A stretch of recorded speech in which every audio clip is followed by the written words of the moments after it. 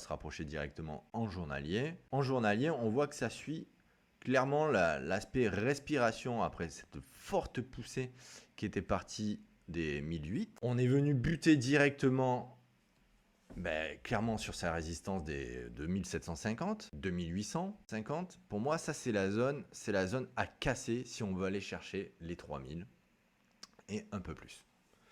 Pour autant, une décorrélation complète, on va dire, du Bitcoin, si le Bitcoin venait à cracher et que l'Ether, je ne le vois pas résister. Par contre, si le Bitcoin latéralise, il y a ce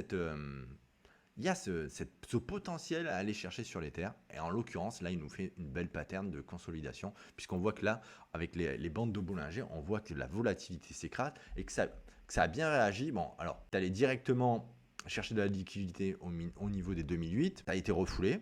Puis, c'est venu rebondir directement sur la moyenne mobile des 20 bandes de Bollinger. Pareil, ça rebondit, donc on voit bien que la volatilité est en train de s'écraser. Donc ça pourrait suivre justement cette petite tendance d'écrasement de volatilité avant de casser.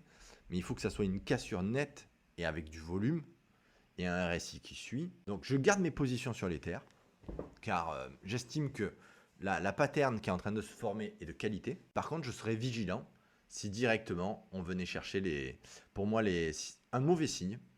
Et ce qui pourrait remettre en question ma position, c'est si on venait clôturer en dessous des 2450.